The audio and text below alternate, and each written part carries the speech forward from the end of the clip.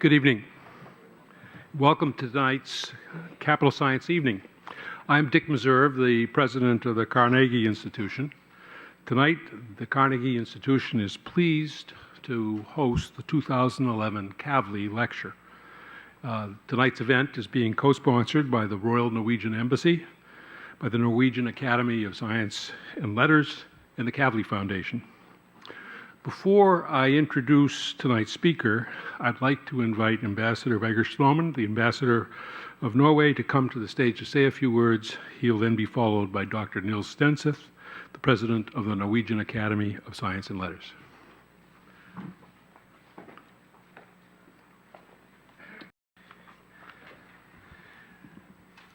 Thank you very much, Dr. Meserve. Well, nobody has come here tonight to listen to an ambassador speak. You didn't show up to listen to me, so I will do this very briefly. But could I just say, first of all, congratulate Dr. Eigler and say we're looking forward to your lecture. But say one word about how happy we are, we being with the Norwegians, for the Kavli Prizes, which have meant an awful lot for us. Remember, we didn't get the Nobel Prizes in science. Good old Nobel, he blessed us with the Peace Prize, which is actually enough to handle, if you ask me. But we've got now, in a way, in the lucky position that we can associate ourselves with the Kavli Prizes, and I'd like to acknowledge the presence here at the front row of Fred Kavli, the founder of the prizes.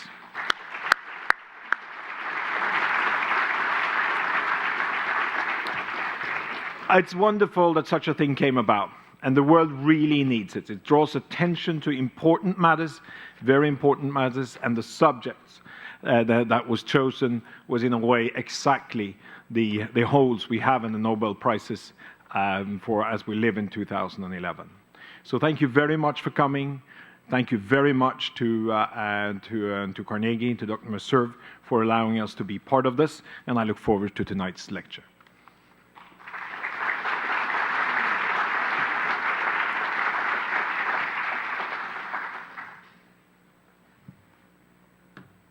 Ladies and gentlemen, can we get this moved away?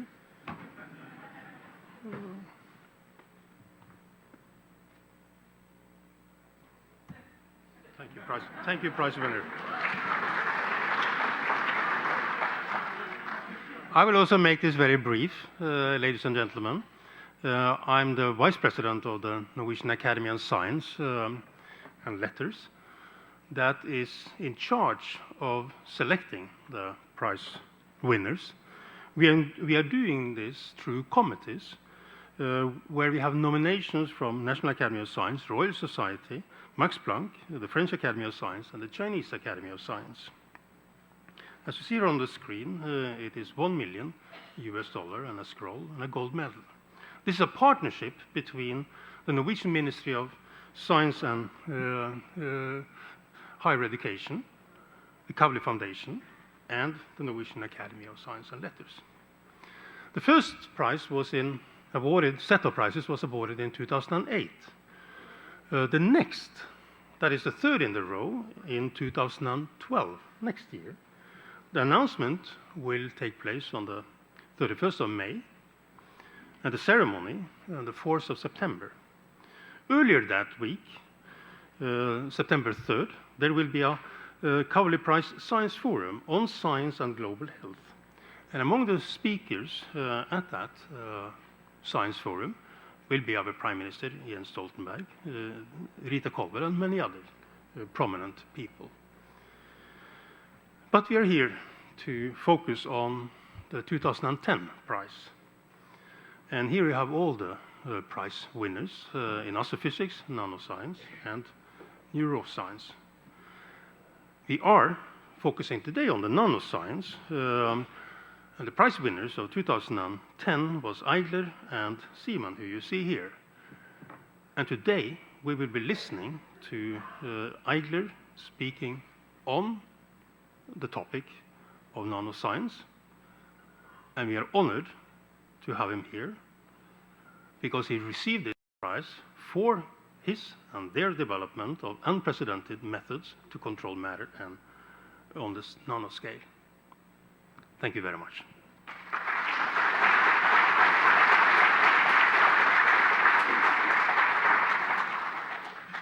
Mr. Ambassador, Dr. Senseth, we're so pleased that you could join us tonight.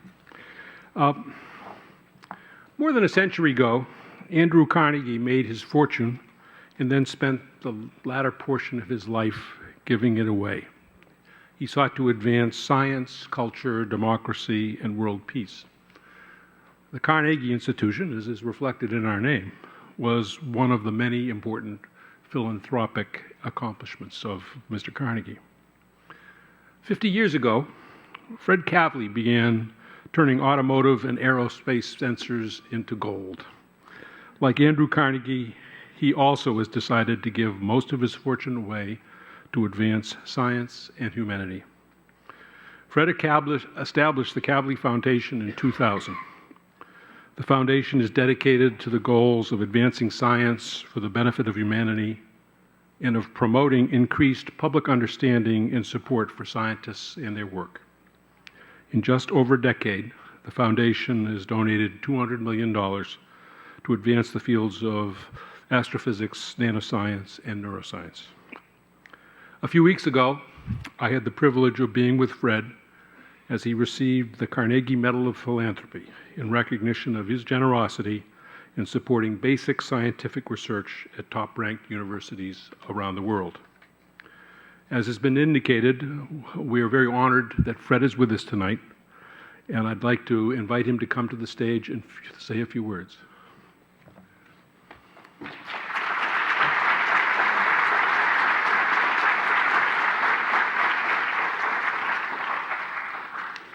Good evening. Thank you, Richard.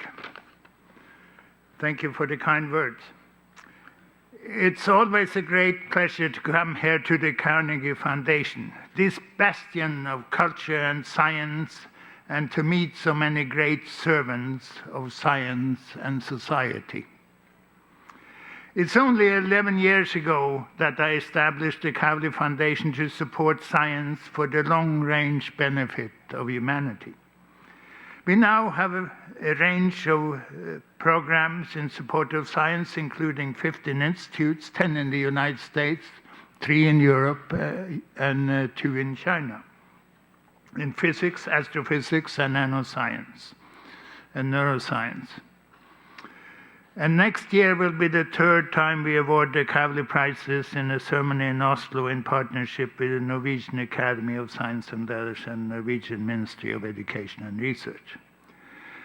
The Institute and the prizes are our core activities, but we also have other activities which include 7 endowed professorships, the Kavli Frontiers of Science, jointly sponsored with the U.S. National Academy of Sciences, the Kavli Future Symposia, the Royal Society International Center in the United Kingdom, the journalist workshops, and the AAAS Science Journalist Awards.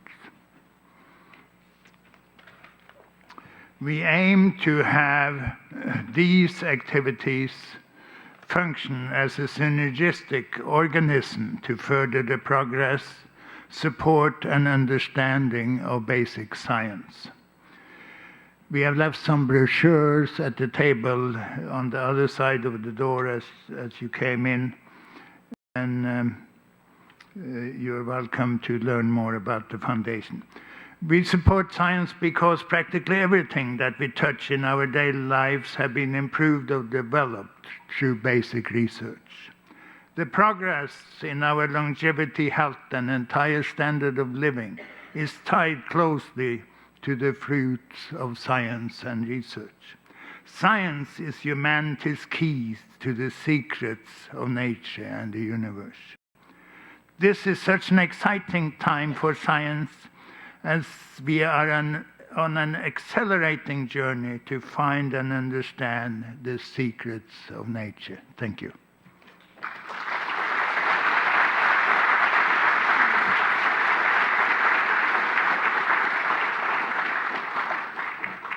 Thank you, Fred. You honor us by your presence here this evening. If you break a piece of matter in half, then break it in half again and again until you can break it no more, you would theoretically have the smallest piece of that matter. That's how Democritus, in the 5th century BC, explained the existence of atoms, tiny particles of invisible matter separated by empty space. The word atom, in fact, is derived from the Greek word atomos, which means uncuttable. Though Aristotle rejected the existence of atoms, arguing that there should be no empty space, the concept survived thanks largely to the Roman poet Lucretius. Lucretius was a contemporary of Julius Caesar. Lucretius developed a detailed description of how the sizes and shapes of atoms determine the characteristics of objects. Sweet-tasting foods, for example, were made of smooth, round atoms, while bitter foods were made of sharp, hooked atoms that somehow tore their way through the senses. Though this concept of atoms was fanciful, Lucretius' ideas are credited as the first real attempt to formulate a theory of the nature of matter, an endeavor that constitutes something that occupies us still today. The origins of modern atomic theory can be traced to the early 18th century work of John Dalton, who was the first to propose that each chemical element is composed of a unique type of atom that differs from other atoms in various respects, including mass. It wasn't until the 20th century that scientists discovered that the atom was not uncuttable, as the early Greeks believed, but that it contained smaller and smaller parts. And it wasn't until 1981 that the scientists developed a capacity to work at the atomic level, starting with a tool to image surfaces. The scanning tunneling microscope allows scientists to construct images of surface structures smaller than an optical wavelength, that is smaller than half a micron, or a hundredth of the diameter of a human hair.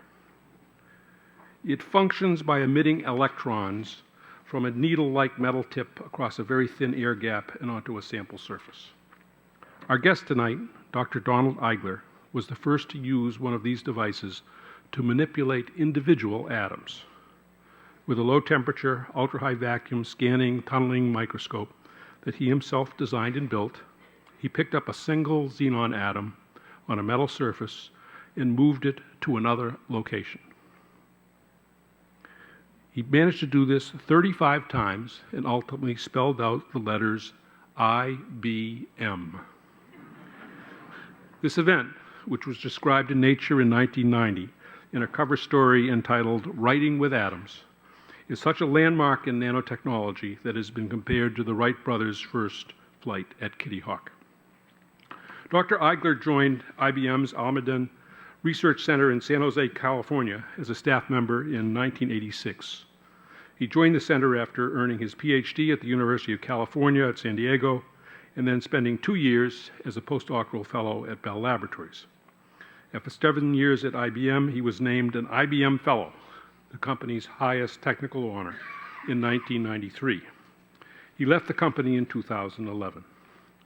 Dr. Eigler and his team have learned ways to work at the nanoscale beyond writing with atoms. They've invented quantum corrals and spin excitation spectroscopy. They've discovered the quantum mirage effect, and they have measured the magnetic properties of individual atoms. I suspect he'll be telling us about some of these activities this evening. These groundbreaking discoveries have led to remarkable insights.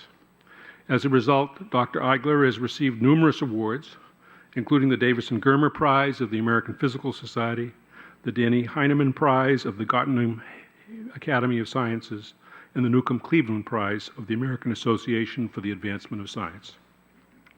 Dr. Eigler's most recent award, which we recognize tonight, is a 2010 Kavli Prize in Nanoscience, which he shared with the nanotechnologist Nadrian Seaman. On behalf of the Kavli Foundation, the Norwegian Academy of Science and Letters, and the Norwegian Embassy, I am very pleased and honored to welcome a pioneer physicist who's developed unprecedented methods to control matter on the nanoscale. Please join me in inviting Dr. Donald Eigler, the 2010 Kavli medalist, to the stage.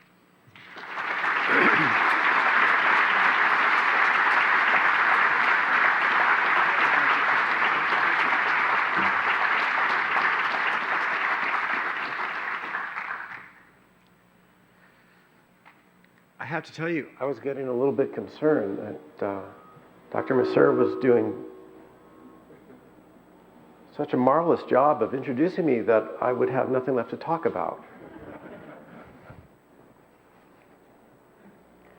So I want to talk about atom manipulation. That's the topic this evening. And here's your first image of atoms that I'm going to show you. Each one of these bumps here just happens to be an iron atom on a surface. You're going to learn all about how we image that, and then how we move atoms, and then why we're interested in doing that. So here's a cool picture I found on the web.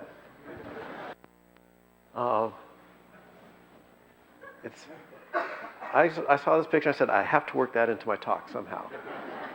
And so at this point, I'm sure you're asking yourself, why is he showing me this picture? And that's you scratching your head. Well, before I get to explaining why I wanted to show you that picture, what I want to do is pose 3 questions for you. Question number 1, what has had the most transformative impact on humanity in the last 100 years? It's a good question. What has been the most profound change in what you do and how you do it? Think about that one. And third question, last one, is what is the root cause of that change? I'm not going to give you enough time to give that any kind of real thought. And I'll just tell you what my answer is to those questions. Okay. My answer is this little guy right here. This is an image of the first transistor built in 1947 at Bell Laboratories. In my mind, there has been nothing which has had as huge a transformative impact, at least on my life, as the consequences of this invention. How many people are packing several billion of them on their bodies right now, or at least, many millions of them? I bet you almost everybody. Imagine what it would be like if some evil monster came along and stripped you of your cell phone and your computers and your telecommunications and everything else like that. We would be literally back in the dark ages. People would panic. They wouldn't know what to do. This had a tremendous impact. So the question is that we have the extraordinary good fortune to be witness to one of mankind's great revolutions. In my mind, there have been 3 great revolutions: the agrarian revolution, the industrial revolution, and now we get to see it happening during our lifetimes, the information revolution. Talk about being lucky. I mean, and it's amazing because instead of this revolution, the bulk of the transformation occurring over a period of maybe hundreds of years, is happening over a period of the order of 40, 50 years or so. Something that you can experience during your lifetime. Luck is good. So I've asked myself the question, how was it possible for this? This is how we do science, by the way. We get these ugly little things and glue them together and try them out, and then miracles happen. How is it that this incredible little, I call it gizmo, how is it able to, in the end, change the course of humanity? And the answer is incessant shrinkage. If the first transistor had stayed at this size, here's a length scale for you, about 1 centimeter across, we wouldn't even have the old 5-transistor Sony radios that we're very excited about in the late 1950s or early 60s. That incessant shrinkage has allowed us, back in 2010, this is now outdated, this is a IBM Power 7 processor, 1.2 billion transistors crammed onto something which is nominally the same size as the first transistor. That's incessant shrinkage.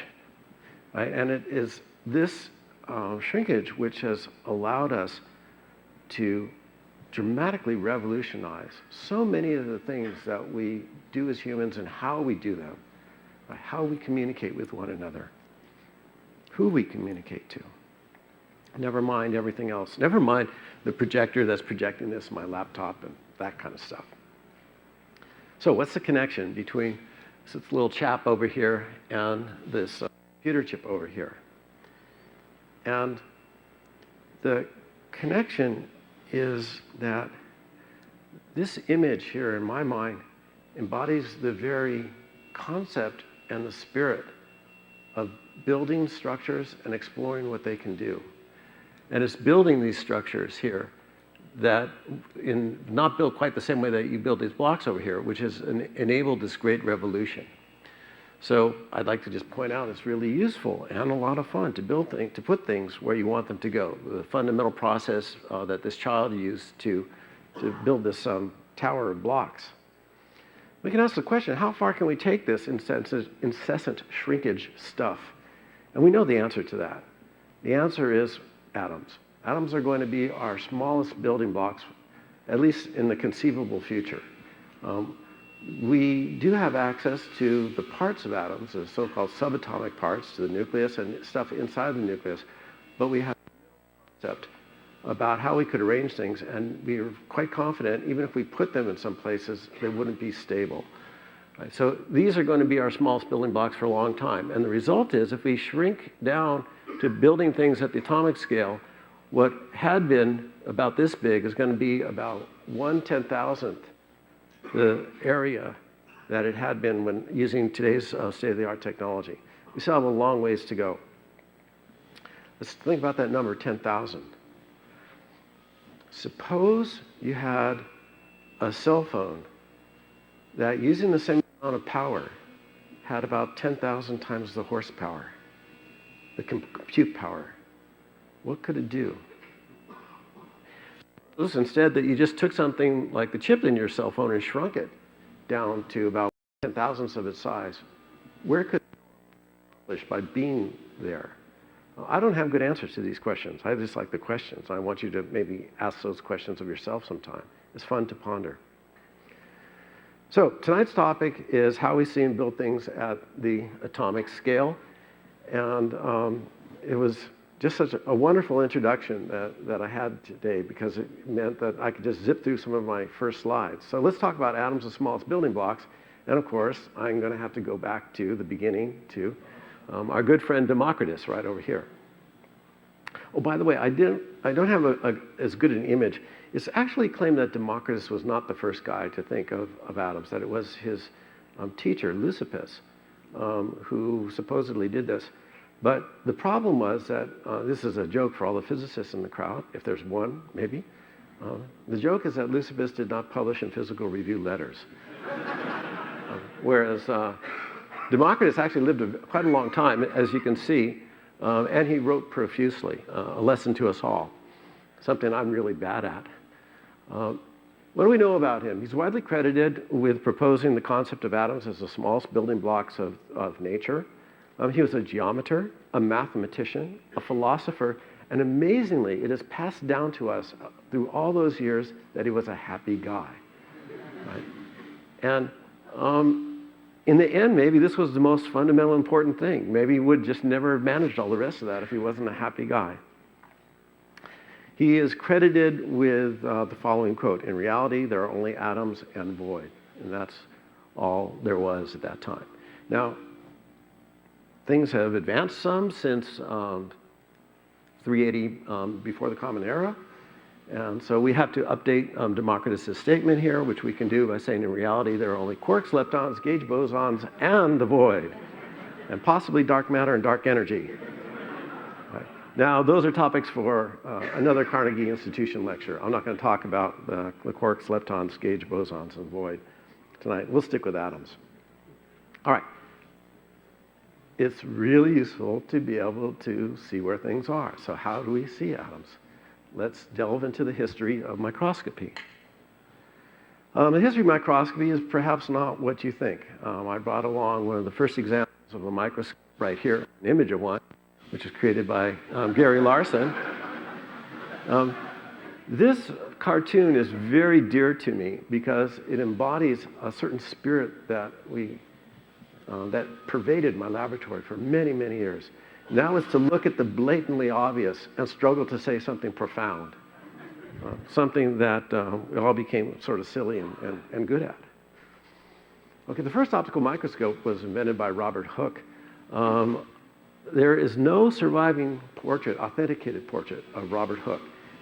He and Isaac Newton were sort of arch enemies, and it's claimed that Newton went around and had all of his portraits destroyed or something like that. Using my PowerPoint skills, I created what I think is quite a good likeness for Robert Hooke. He invented the compound optical microscope. He used a couple glass lenses, and with it he could see the first image of cells. This is a drawing of what he saw in his microscope, and these are cells in cork, I believe. And this led to the development of the optical microscope. Optical microscopes work using wave optics. They use glass as a refractive medium to bend light waves, and by doing so you can achieve magnification. And this is the classic form, the most classic form of microscopy that we have. And I just had to show you these images because these are beauties. For anybody who loves instruments, and I do, and loves to design and build them, just look at this and leave a Pavlov's dog in the dirt with your salivation. These are just beauties. Another extremely important development was the development of the electron microscope in the 1930s by Ernst Ruska, then worked in Germany. The electron microscope had a huge impact on many areas of science, on biology, on chemistry, on material science, on physics. In many ways, I find it most remarkable that Stockholm took so long to recognize him for this contribution, because it was absolutely clear about its impact many, many years before. This works with charged particle optics. It sends electrons through a column of lenses. But when you get down to understanding what's going on, you find that it works in very much the same way and using the same principles as a light microscope. It bends electron waves, is what it does. And by bending electron waves, it can achieve magnification of an image. And of course, this allowed scientists to see down to a much finer length scale than the optical microscope could, because the wavelength of the electrons can be made very small. In fact, you can easily produce electrons with a wavelength which is much smaller than that of an atom. You just turn up the accelerating voltage, and the shorter the wavelength becomes. In the mid-1950s, Erwin Müller, shown here, came up with a remarkable little invention where he found that just using simple geometrical optics with a tungsten needle that was at the center of a spherical, what do you call it? That he could achieve a very simple form of magnification, and he could image the atoms on the end of the tungsten needle. So each one of these red atoms here, not all the atoms, but each one of the red ones that protrude more than any of the others, they show up as an individual dot in one of these field ion. So this was historically important because this was the first time that scientists could image individual atoms in relation to one another, and they could confirm they could directly confirm in an imaging way where the atoms were, and see variations in where the atoms were that were unique to those individual atoms, as opposed to averaging over a large group of atoms. For this, he received the 1977 U.S. National Medal of Science. Again, it works using charged particle optics. Then came these characters. Let me introduce you to my friends and colleagues, Gerd Binnig and Heini Rohr. They were at IBM's research laboratory in Zurich, Switzerland. In the very early 1980s, they came up with a most wonderful instrument called the scanning tunneling microscope, or often just called STM. This is the kind of instrument that I've been using throughout my career since I was a postdoc and to this very day. And I'm going to tell you all about it. It created a little minor revolution, certainly a major revolution in our understanding of what goes on at surfaces, but it's had an impact across many, many disciplines now, in biology, in material science, in physics, possibly in chemistry, and in chemistry, absolutely. Now, before this, I shared the 1986 Nobel Prize in Physics with Ernst Ruska. How does it work? It does not work by being able to bend waves. It does not use optics. It is a local probe imaging device. Okay, so now you're asking the question, well, what is a local probe microscope? Many of you in this audience are old enough to actually have used local probe microscopes many times in your life. There may be some of you who are young enough to have never done it. Here's some examples. Have you ever thought of a phonograph microscope? Let me tell you how it can be a microscope. If you jog your neurons, you may remember that there's a turntable and there's a needle. And of course, the record. You put the record on the turntable, it spins around. The record has grooves in it. You lower the needle down and it drops into the groove. As the groove gets dragged around, gets spun around, it passes by the needle, or the needle is made to pass down the groove. You actually move the groove, not the needle. And lining the surface of the groove, there's a whole bunch of tiny bumps. Those tiny bumps cause the needle to wiggle back and forth a little bit. That wiggling of the needle is transduced into an electric signal, a small electric signal, by the cartridge at the end of the tone arm. Remember what a tone arm is. That small electric signal is amplified and made large by your amplifier, and it's presented to your mind as an acoustic image of the little tiny bumps. Now, if you like, instead of taking the output of the amplifier and running it over to some speakers, you could take that same signal, run it into a computer, and have the computer, working with that information, draw for you a picture of what the bumps look like. All that information is in there. You could then take a look at a picture of something that is really small, and you say, aha, I have a microscope. And it is a kind of microscope. Here's how the STM works. We have a metal tip, and then the sample that we want to image. Somewhere down here, there's going to be some atoms, and we're going to take a look at those right now. That tip can be moved around by a robot. The robot does not look like this. The function of the robot is just to move the tip carefully with respect to the sample. When I say carefully, how carefully? We generally control the position of this tip with respect to the sample. In our laboratory, 1/10,000th of an atomic diameter. Now, you don't have to be that good. It depends on what you want to learn. So if we zoom in, there we go. Here's the end of the tip. In our cartoon here, we have some atoms. There's one atom that just happens to stick out a little bit farther than all the rest, and that's the important one. Here's a sample that we want to image. I just made in the cartoon some rows of atoms and some atoms sitting on top. What we do is we have the computer control the robot to bring the tip close enough to the surface so we can have electrons flow across this gap. That's what this stuff is, or these are electrons flowing across. All you need to know is that the rate at which electrons flow across there, which we can measure, is extremely sensitive to how wide that gap is. It's so sensitive that if we were to move the tip from being directly over an atom on the surface to over a crevice between atoms on the surface, where, if you like, the gap is a little bit wider, we would see the flow of electrons diminish. And that's essentially what we use for imaging. But instead, what we do is we ask the robot to always adjust the height of the tip so that the flow of electrons is kept constant. Does that, when the robot moves the tip along, the tip will follow a contour to keep the flow of electrons constant. The computer records that contour as a height versus position, right? And then we just ask it to perform a raster scan over the surface where we move the tip along in X and Y, and we build up an image over here, take a look at it, and then we ask the computer to render it in a way which is more powerful to our minds, and there they are, atoms. It's amazing. This is real data. Those are representations of real atoms on a surface. I told you about we'd like to say profound things in the laboratory. When you see an image like this in the laboratory, you look at this and you say, there's a bump.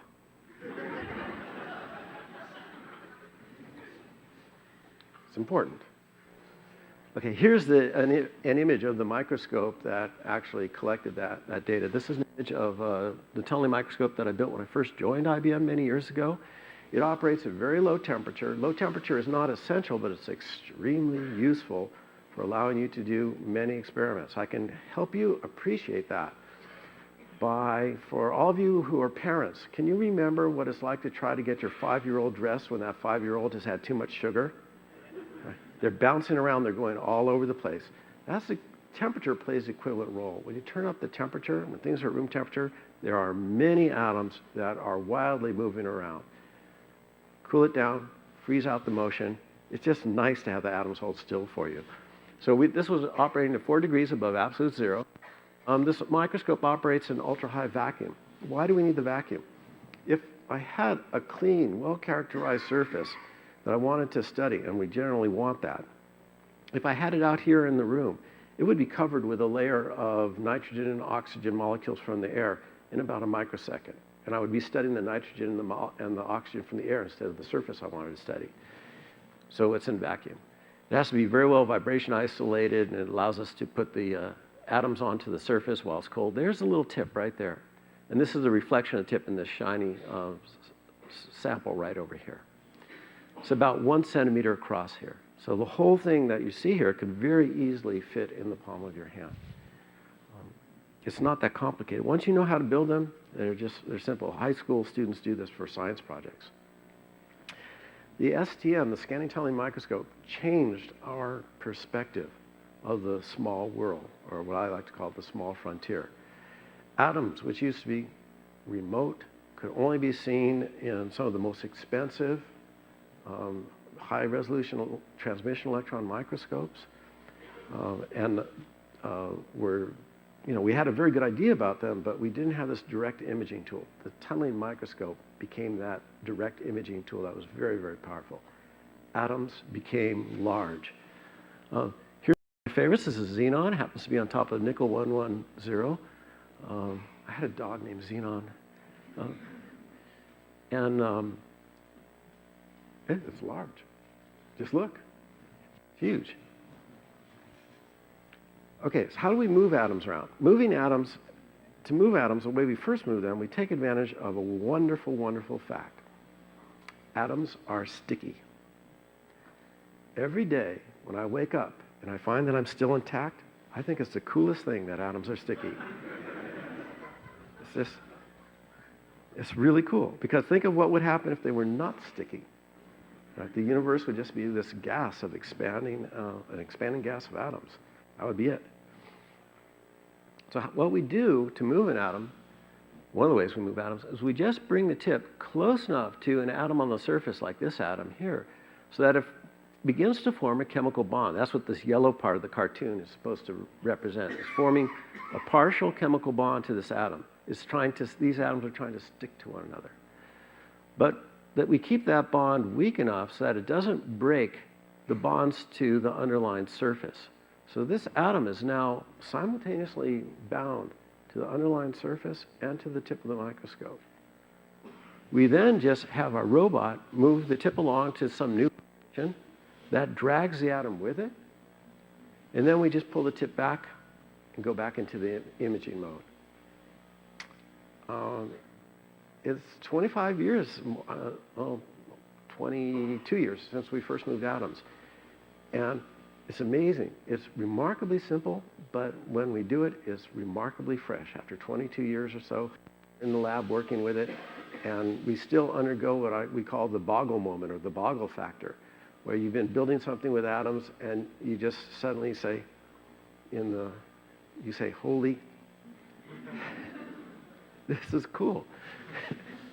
Okay, so the microscope is this capability of both being your eyes and your hands to the world of atoms, but it's not simultaneously eyes and hands. We either operate it in the imaging mode, where the tip is kept far enough away so that it doesn't form a strong enough bond to move the atom. That allows us to image the atoms without moving them. Or we bring the tip close enough that we can drag the atom along the surface and bring the atom to some new location, the so-called manipulation mode. Actually, now we have a variety of ways in which we can, in addition to just sliding them along the surface, it's now also routine what we call atoms from being on the surface to being on the tip, and then new location and put them down in the new location. Here's atom number one. This is the first one. It was a xenon atom. It was on a platinum surface. Here is an image taken with the microscope before moving the atom. The xenon atom is right there. The red dots indicate the path which the computer instructed the robot to move the tip along. After it did that, we went back and took an image, and the xenon atom was at its new location. On this platinum surface, it happens that we had to keep on moving the xenon atom between defects. So we had to ended up at one defect here and had to start it at a defect, which is underneath the atom there. That was not really good for demonstrating the ability to really have control and put atoms wherever we want to. All we need to do is to change the surface. So my postdoc at the time, Erhard Schweitzer, a good friend, he and we switched to the nickel surface, and then we took xenon atoms, moved them around, spelled out IBM. I'm so proud I got the spelling right. But think of what would happen if I misspelled it.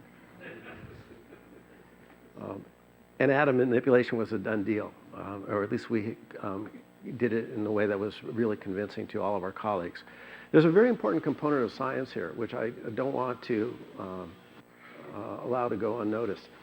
These are 35 xenon atoms. Each one is in the precise unit cell, the underlying surface we wanted it to be in. Why do we do that? Aside from the corporate graffiti, there's a very important component of science here, and that's the ability to reproduce what you've done. This was very convincing to everybody. Not only could move one atom, we could do it again and again and again. Reproducibility is a fundamental tenet of experimental science. So now what I want to do is just give you a sort of a whirlwind tour, a brief tour of just two things that we've worked on over the years. There were many things I could choose from. I thought that these would be sort of the most appropriate for this evening. And I want to talk a little bit about information transport in quantum nanostructures. Don't worry about trying to understand that right now. You will understand it. I won't. And then I also want to talk about molecule cascades, a new way to do computation at the very small length scale. Both of these topics are information technology related. You might understand that that was a natural thing to be doing given that IBM was paying for this research. Here's the cast of characters who were involved in doing the research on information transport. They are my good friends and colleagues, Hari Manoharan, now a professor at Stanford University, Christopher Lutz, who remains at the IBM Almaden Research Center, Mike Romey, professor at Berkeley, who was these were both postdocs at the time, and then my good friend and colleague Keller at Harvard University. This is an image from the tunneling microscope. Let me give you a little tour of this image. First thing, color. The microscope does not have any sense of color to it. The color is added with the computers afterwards. We do that only to amuse ourselves or to create something which is visually more interesting than black and white. I've shown you both black and white and color images. Next thing, in this image, as in nearly all the images I have shown and will show you, I think in all of them in fact, the vertical scale has been greatly exaggerated in order to convey to you the content of the data. In this image, it's about 500 angstroms from left to right, or if you like, 50 nanometers. And each one of these steps is where the crystal of copper atoms goes up one layer of atoms. This is about 2.3 angstroms, or 0.23 nanometers high. So in this image, the vertical scale has been exaggerated by a factor somewhere between 40 and 50. Why did we do that? Because if we kept the vertical scale in proportion to the horizontal scales, you would never see these ripples on the surface. The surface would just look completely smooth. This is a particular crystalline face of just pure copper. And what was a surprise to us, what we were not expecting, was the presence of these ripples. Look at these ripples. They extend from what we call a step edge on both the upper terrace, and they're on the lower terrace side of the step edge also. You can see them very well over here. They surround some of the defects on the surface, but notice not all of them. Right? And they were really quite an interesting surprise. In fact, I remember I was taking data on the microscope, and I thought it was just noise from maybe some electronic noise in the laboratory. Maybe there was a problem with our vibration isolation. And I was looking at it, and then I said to myself, no, this noise is repeating. I think this noise is really repeating. And then by just turning up the dials in the right way, I could convince myself, no, this was real data. This was not noise. That's what these ripples are. Okay, what are the ripples? What makes a metal is the ability of electrons donated by the atoms in the metal to move freely throughout the metal, to not be fixed, or at least some of the electrons are not fixed to their particular, if you like, parent atom. Instead, they can move freely throughout the metal. This is what gives metals their reflectivity, it gives them their electrical conductivity, it gives them their thermal conductivity. And, sorry, let's go back. And on this particular copper surface, it was well known that there's a group of electrons that are free to move about, I guess because they're over 33,000 feet and there's no turbulence. But they're stuck on the surface. They cannot descend into the bulk of the solid. So these electrons, as all electrons, are waves. We have waves that are free to move around on the surface, and the tunneling microscope actually images electrons. It doesn't image atoms, it images electrons and where they are. What happens when you send a wave into an object and the wave bounces back? For all of you who play stringed instruments, you all know the answer to this. It sets up standing waves. What you're looking at here, it's nothing more complicated than just standing waves. You've got electrons moving in the plane of the surface.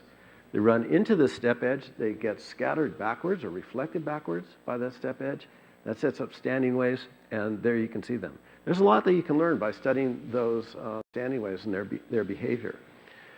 What we wanted to do was to see if we can get more control over the quantum structure or the quantum state of these electrons on a surface. Control is a very special word in my laboratory. Everybody who comes to work in the lab is a control freak, and if they weren't to begin with, they are by the time they leave. So what we did was we wanted to hold these electrons into a structure which we called a corral. Just like a corral wall holds in animals, we built a wall of atoms on this copper surface. And that's what you see here. Each one of these blue peaks corresponds to the location of an individual iron atom on top of the copper surface. And their function is to trap electrons in the interior of that structure.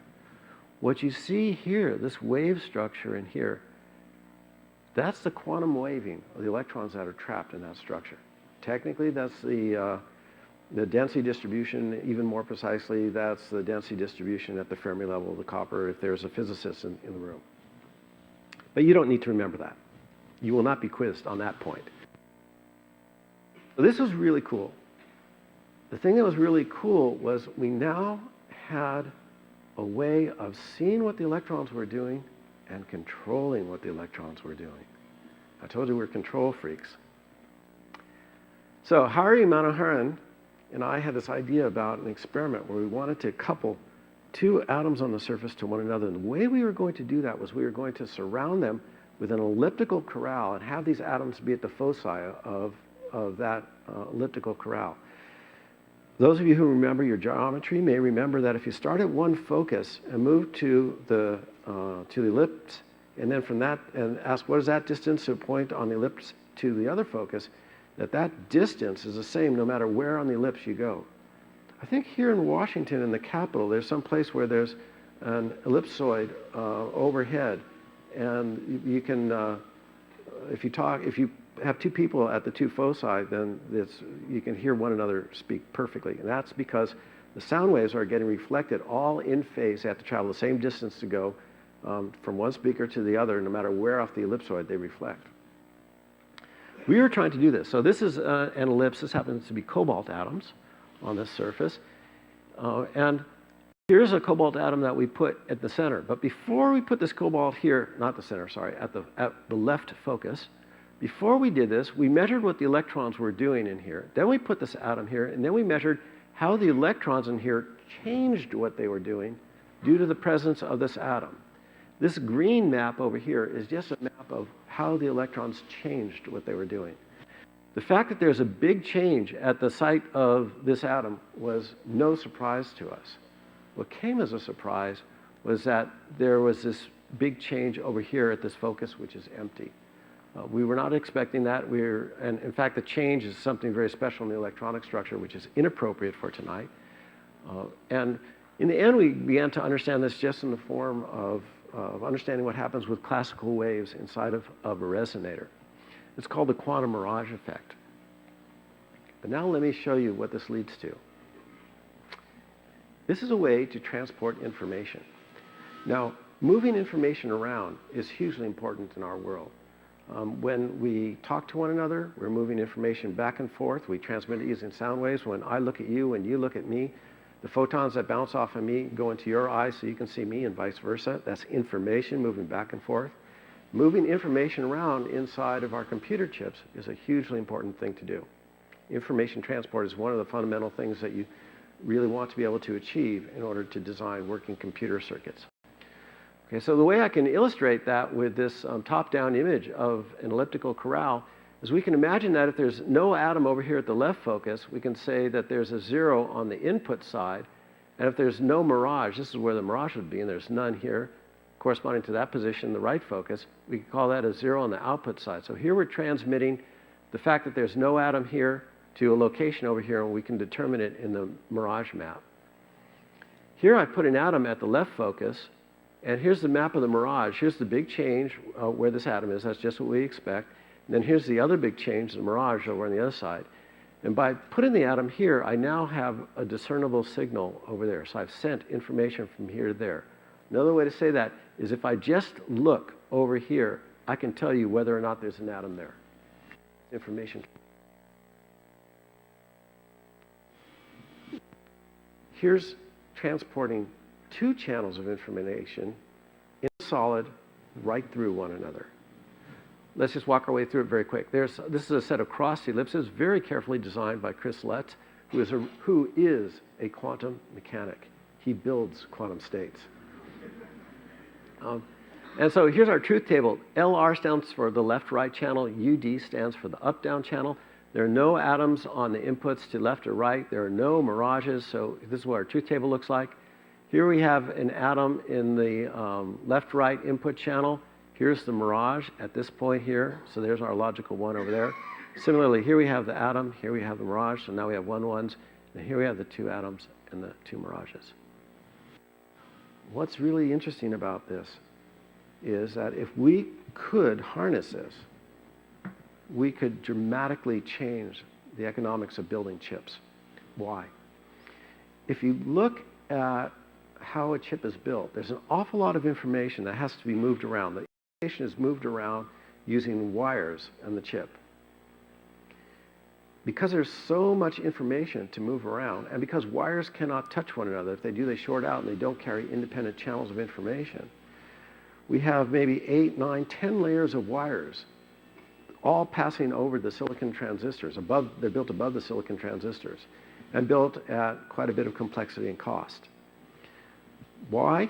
The many layers is because, again, we can't have wires touching one another because they will not carry independent channels of information. If they do, they'll short out.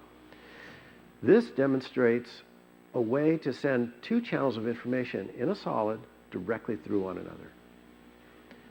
It's possible because in this case, the structures are small enough so that we can utilize the wave nature of electrons. Sending waves through one another is something that we're all extremely familiar with. When you talk to me and I talk to you, we can do it simultaneously, and our sound waves just pass right through one another. Right now in the room, photons leaving my face go into your eyes, photons leaving your face come into my eyes. They just go right through one another. We don't know how to harness this yet, but we know the principles now. And we have something that we can look to and say, oh, we would really like to be able to do something like that. Let me talk a little bit about molecule cascades. This was a fun little discovery. It's largely the work of Chris Letts here in the center, but it was also done by my colleague Andreas Heinrich, who's now the head of our laboratory and really has been the leader in our laboratory for 5 or 6 years now, and by Jay Gupta, who was a postdoc with us, who's now a professor at Ohio State University. So what is a cascade? Here's an example of a cascade. This is actually one of the greatest moments of my life when it comes to making PowerPoint slides. I'm going to reveal that to you. Okay, this is to represent a bunch of dominoes standing up. You know how you actually play the game of dominoes, but you know many people love to stand dominoes up, and then you knock one over, it knocks another one over, it knocks another one over. Right? I cannot tell you how many hours I wasted making that slide. Hours. And it's still not perfect. By all that laughter and clapping, I'm assuming you too have wasted many hours of your life. It's a disease. Did you know you can make a fully functional digital binary computer with dominoes? You can. I'm going to show you just everything that you need to be able to do that. Here's an AND gate, but it also has into it an OR gate.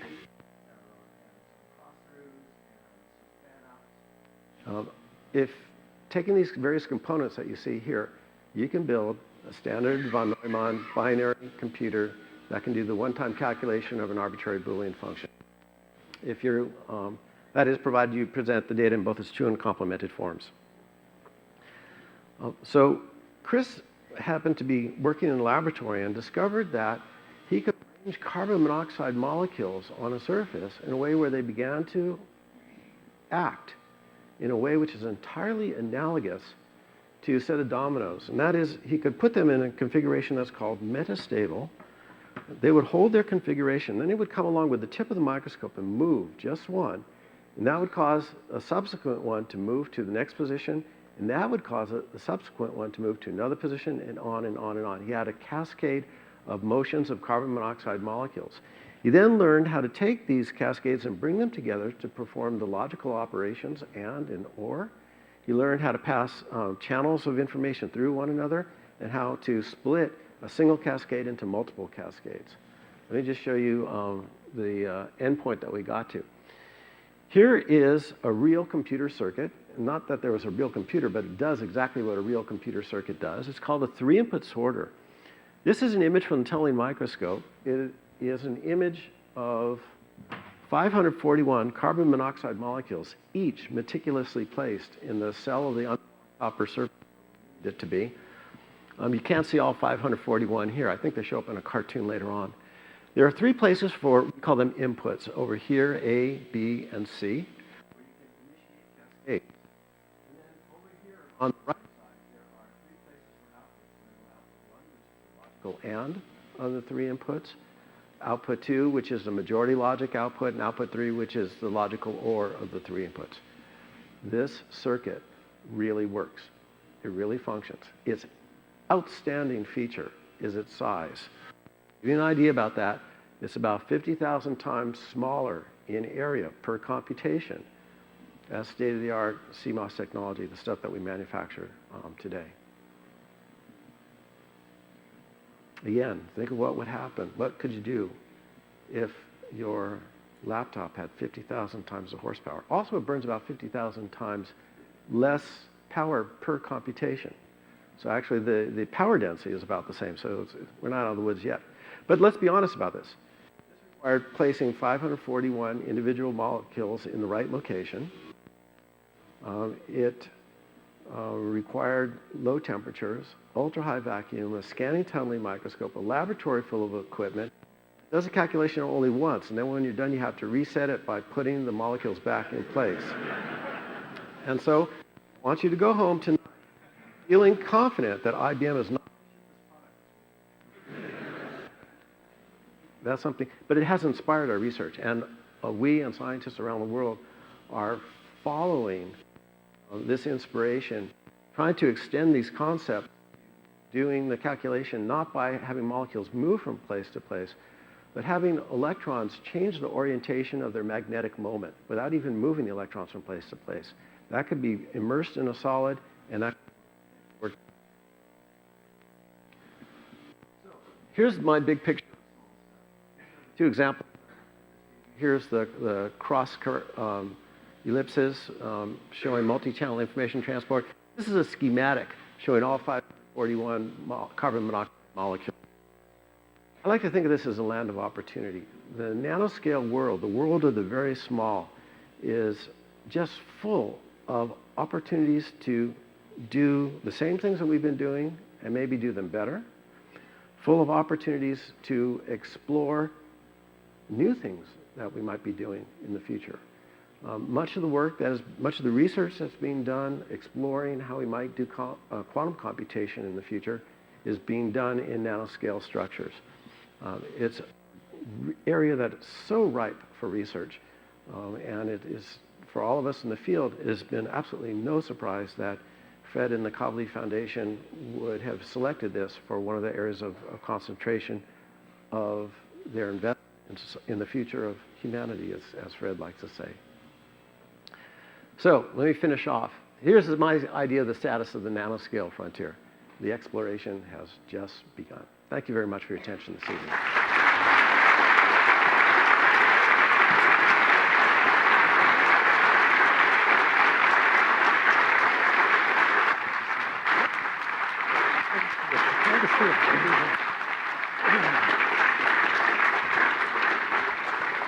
Well, we've obviously had the benefit of a wonderful lecture, and there is now an opportunity for you to ask some questions.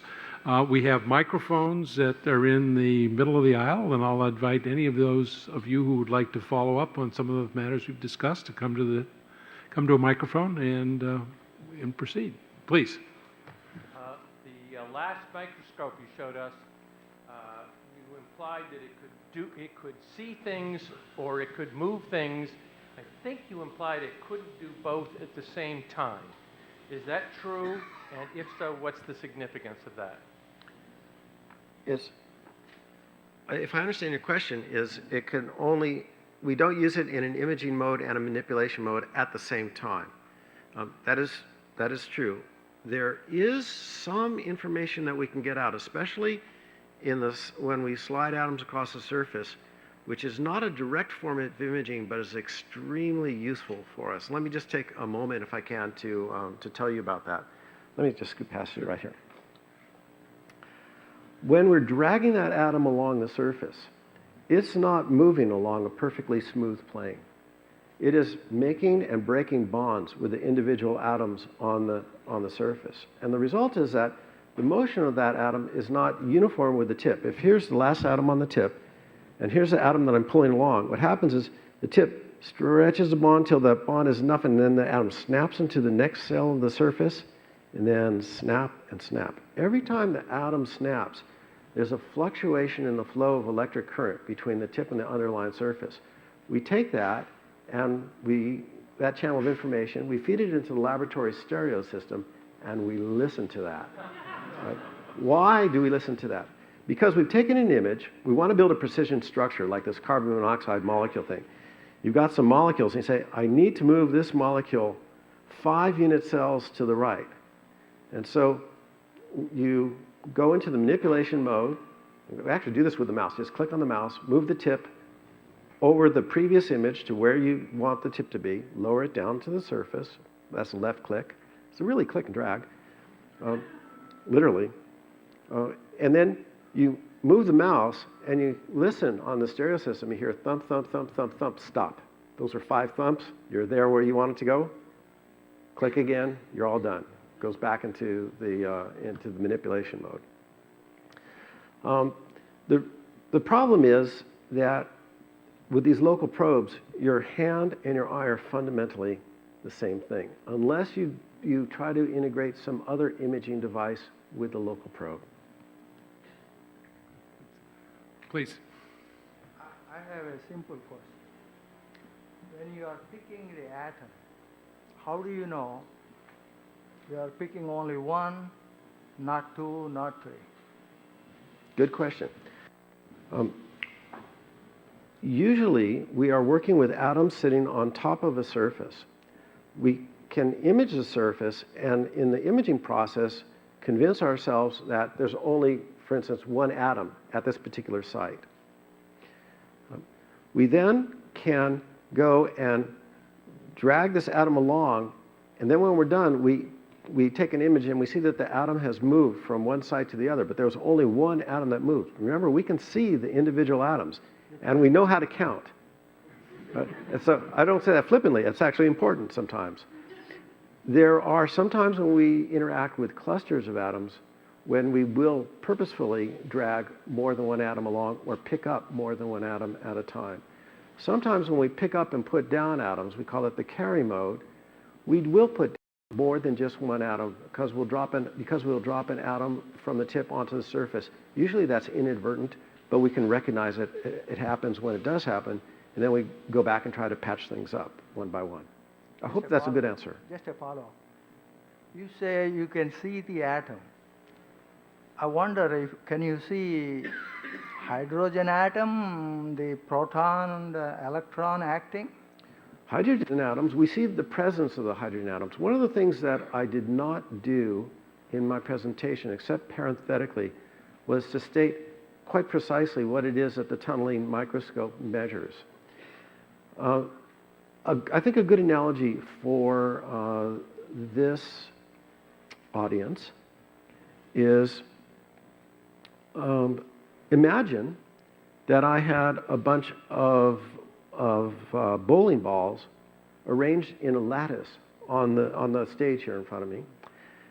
And just for the sake of staying with my image before, we'll put one bowling ball on top of the other. So it sits in a threefold crevice between three nearby neighbors' bowling balls. Right. Then we ask for a snowstorm to come along. The snow comes and begins to fill in the crevices, and after the snow's piled up maybe a foot or so, if we look, we're going to see the form of these bowling balls underneath and a much bigger bump where the atom was that was on top. That snow is analogous to the electron clouds of the underlying surface and the electron clouds of the atom on top, and in particular, what the clouds are doing very far away from the actual cores of the atoms. That's what we measure, are these contours of a 1 foot deep snowstorm on top of bowling balls, more or less. And it happens that if you were to take a hydrogen atom and put it in place of one of those bowling balls, you can readily see what it does because it's changed to what the electrons are doing is really quite evident under many circumstances. I should also point out that something I did not point out is all atoms are roughly the same size. A big fat cesium atom is 5 angstroms or so in diameter, and a little tiny hydrogen atom is only 1 angstrom. But that's, for physicists, a factor of 5 is nothing. Thank you, sir. Please. I have what I consider, I guess, to be a materials question. I noticed that in your experiments you used, as a surface, you used metals, transition metals with around 110 atomic mass units of each atom. And I was wondering why you chose those metals to be your surface, and also why you chose to manipulate xenon atoms, which I, in my knowledge of science, consider to be very inert and not very reactive. Okay. First thing, that number 110 referred to a crystallographic phase. We like to use metal atoms. First thing, the tunneling microscope needs to work with electrically conducting materials. So that means you have to have either a very thin electrically conducting layer on top of an insulator, or the material has to be electrically conducting, either a semiconductor or a metal. Depending on what kind of experiment we're doing, and more particularly what kind of knowledge we want to gain from these experiments, we will choose our underlying metal appropriately. Metals are very nice because their bonding to one another tends to be less directional than other kinds of materials.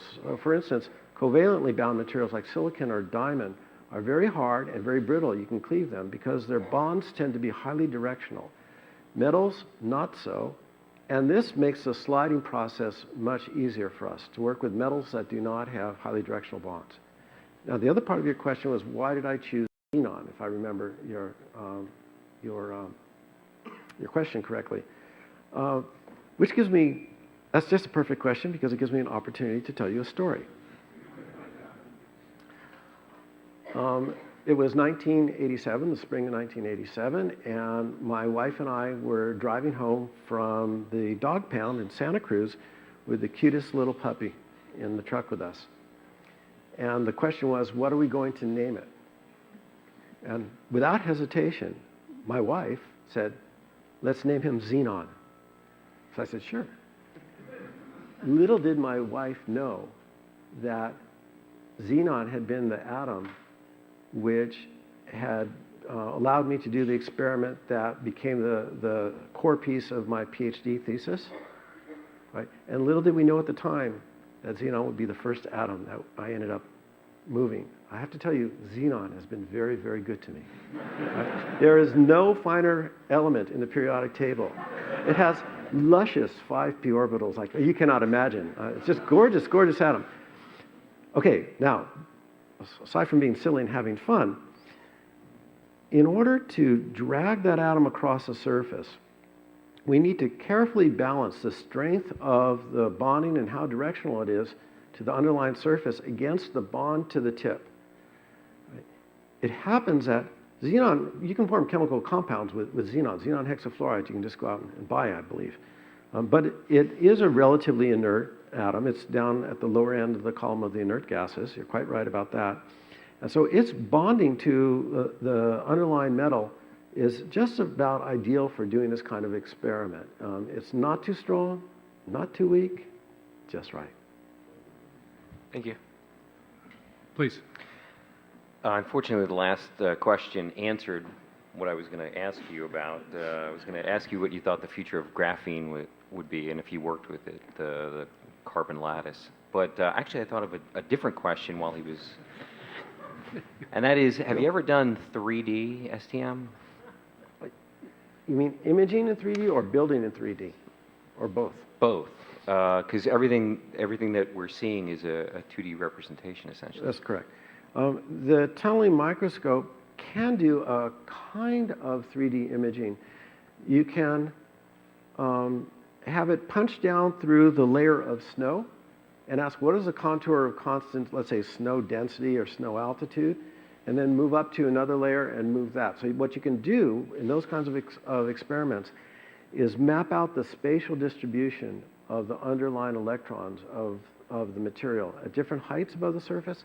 It's also a very powerful tool. It can do what we call spectroscopy. I didn't mention that tonight. It's inappropriate tonight.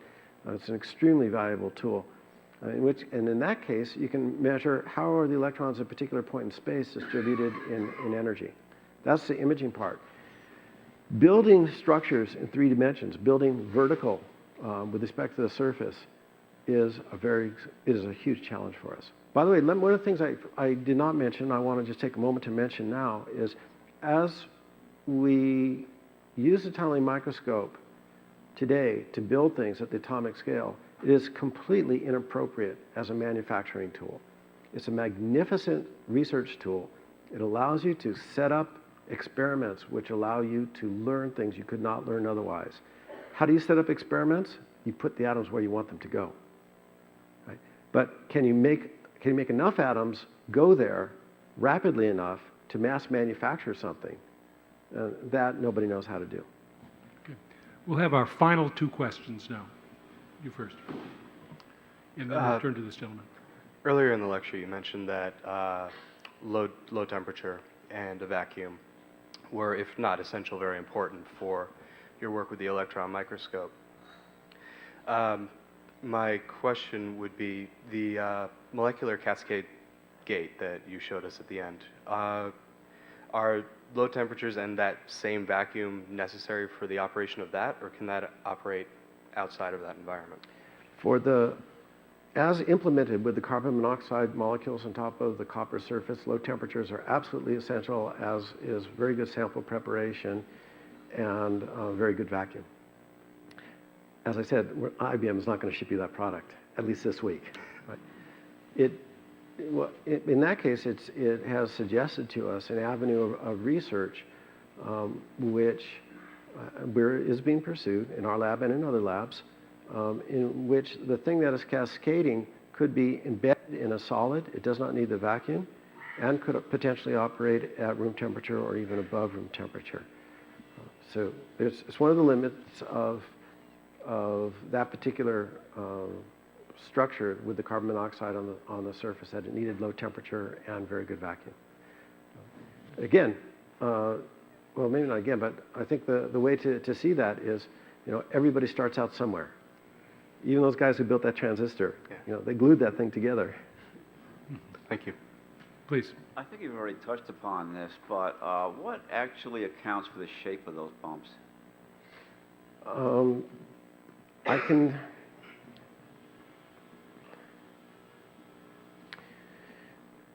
Let's talk about, and let's take one atom. If you look at an atom, the electron cloud surrounding the nucleus has all kinds of structure in the inside, but as you get out towards the periphery of the atom, the electron cloud tends to have a more uniform density distribution. What accounts for the shape of the bumps in our images is what is the density distribution of those electron clouds actually very far outside the atom, at a point where the density of the cloud, if you like, is extremely small. Typically, out at a distance of 2 or 3 atomic diameters away from that atom. And so it's the cloud tops. It's the tops of the cloud tops. It's the cloud tops that extend all the way up to the ionosphere that we're looking at. And yet there's enough corrugation in that distribution for us to sometimes very readily be able to see the individual atoms on the surface. Are we really looking at the extent of the weak nuclear force? No. The weak nuclear forces are forces that affect what's going on inside the nucleus. What we are looking at is the result of the electromagnetic interaction or the electric field between the electrons and the other electrons in the atom and the core of the atom, the positive charge of the nucleus. Okay. Thank you. Please join me in thanking Dr. Eigler.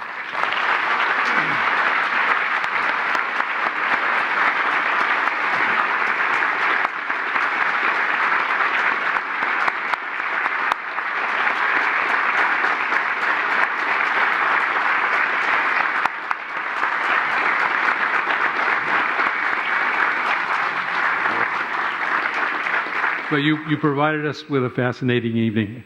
Thank you all for joining us.